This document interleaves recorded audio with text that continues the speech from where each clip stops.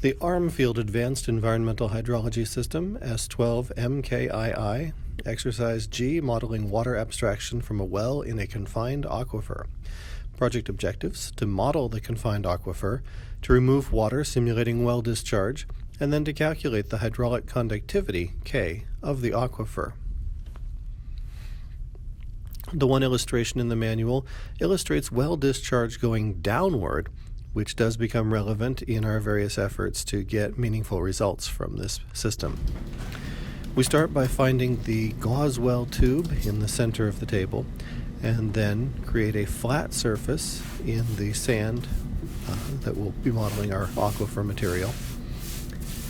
The closed ring, shown here, is put in place and seated well, so there's a nice smooth surface between the ring and the actual sand medium. And then a shallow trench is built up around the ring. The water will be showing at the edges of the ring, simulating the aquifer later.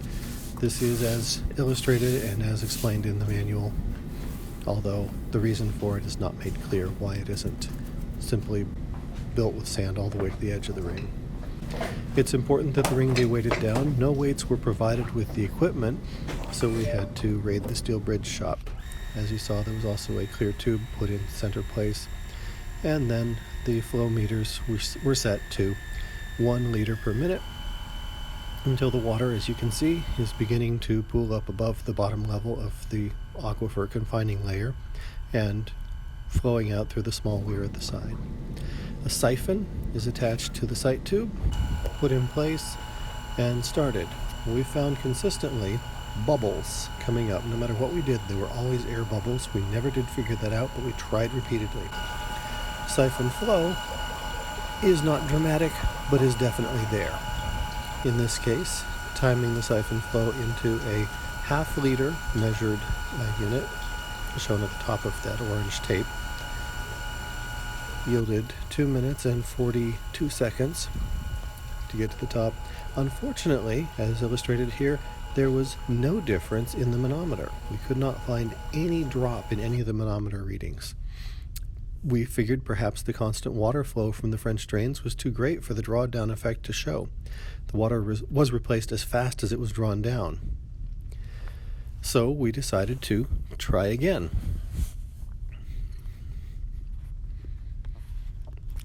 The issues: there was really no explanation of how to actually extract water from the well.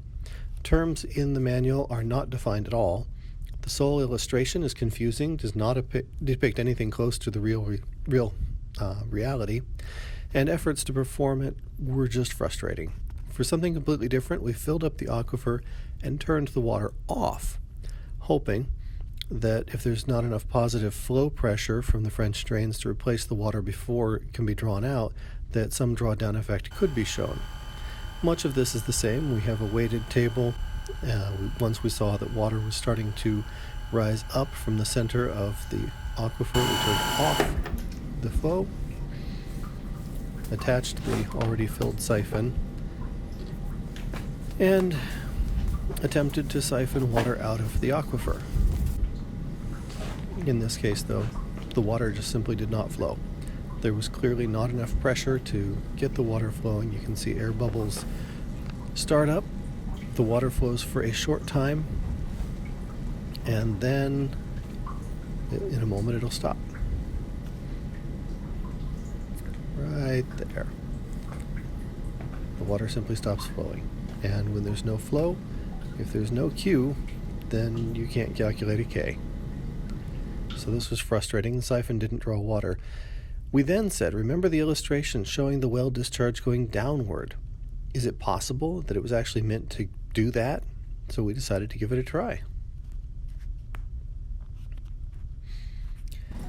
The only downward tube we had was the manometer tube for the well directly beneath the center of the aquifer. Using a timer, again, we were able to determine that it did flow, and we did get results. The orange tape was used to show where on the manometer each of the different levels is reading.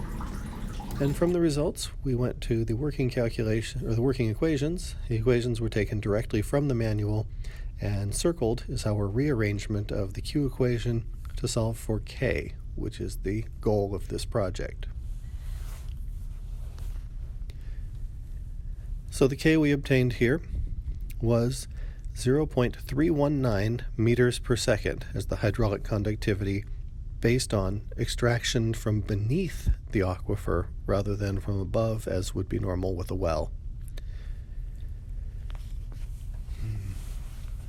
We tried again with the siphoning, this time on advice of another group that found that if they had stretched the siphon tube out so it was as straight as possible, that they actually got a continued flow.